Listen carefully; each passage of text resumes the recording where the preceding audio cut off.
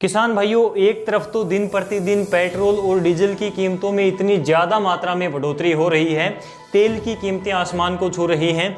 वहीं दूसरी तरफ किसानों के ऊपर और ज़्यादा भार पड़ गया है, क्योंकि डीएपी और एनपीके जैसी सबसे ज़्यादा उपयोग होने वाली सबसे इम्पोर्टेंट जो खाद है, उसकी कीमतों में भी बहुत ज़्यादा मात्रा में एक बार फिर से बढ़ोतरी देखने को मिली है।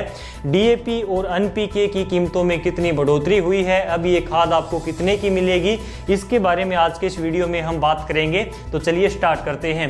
सबसे पहली बात तो इस समय पर, क्योंकि फसल की कटाई कढ़ाई का समय है, किसान अपनी फसल की हार्वेस्टिंग कर रहा है, तो उसको डीजल की आवश्यकता है।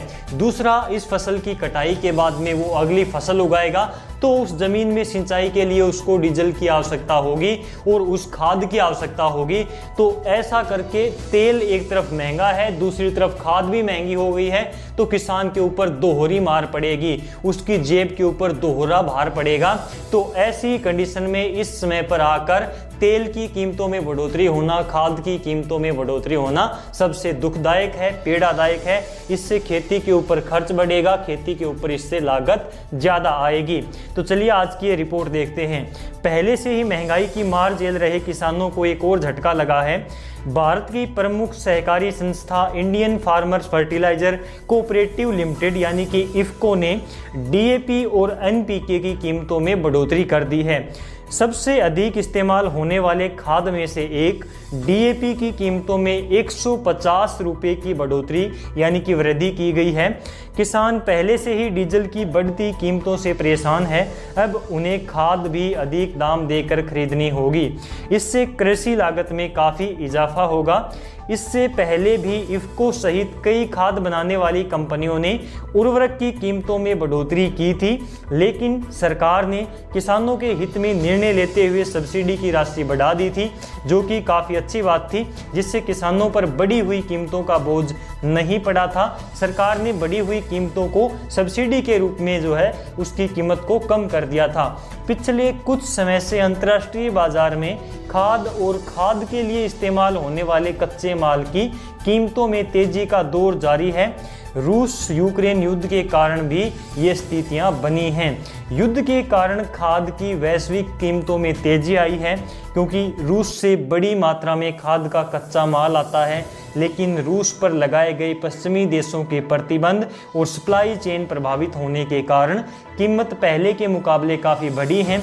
इफ्को के अधिकारियों का कहना है कि वैश्विक स्तर पर बढ़ी कीमतों के कारण खाद के दाम में इजाफा किया गया है। कंपनी की तरफ से जारी बयान में कहा गया है कि पहले पैक हो चुके खाद पुरानी कीमत पर ही मिलते रहेंगे। नई पैकिंग के लिए किसानों को बढ़ा हुआ दाम देना पड़ेगा।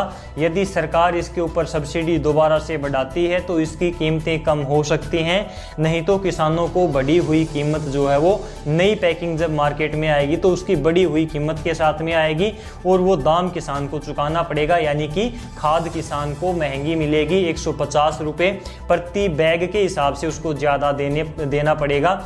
जो डीएपी का एक बैग 50 किलोग्राम का किसान को 1200 रुपये में मिलता था, वो अब उसे 1350 रुपये में मिलने लगेगा।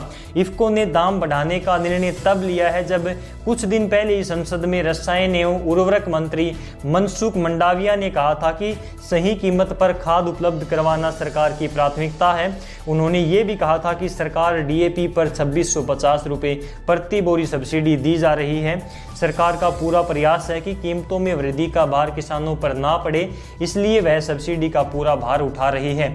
तो अब देखने वाली बात ये रहती है कि क्या सरकार दोबारा से जो है इस डीएपी के ऊपर जो कीमतें बढ़ी हैं उसके ऊपर सब्सिडी बढ़ाकर इस कीमत को कम करती है, या फिर ये बढ़ी हुई कीमत किसानों को ही डायरेक्ट अपनी जेब से चुकानी पड़ेगी। इसके बारे में आपकी क्या राय है, कमेंट में जरूर बताएं कि क्या सरकार को सब्सिडी बढ़ाकर खाद की कीमतों को कम करना चाहिए ताकि किसान के ऊपर एक्स्ट्रा भार ना पड़े, क्योंकि वो पहले से ही महंगाई की मार झेल रहा है। और क्या किसान को खेती में प्रयोग के लिए सस्ता डीजल सरकार के द्वारा मुहैया करवाया जाना चाहिए, इसके बारे में आपकी क्या राय है, आप क्या सोचते हैं, जरूर बताएं। खेती बाड़ी से संबंधित नई जानकारी समय पर पाने के लिए डियर किसान यूट्यूब चैनल को सब्सक्राइब करना बिल्कुल भी ना भूलें। इस वीडियो में बस इतना ही। नमस्कार, जय हिंद।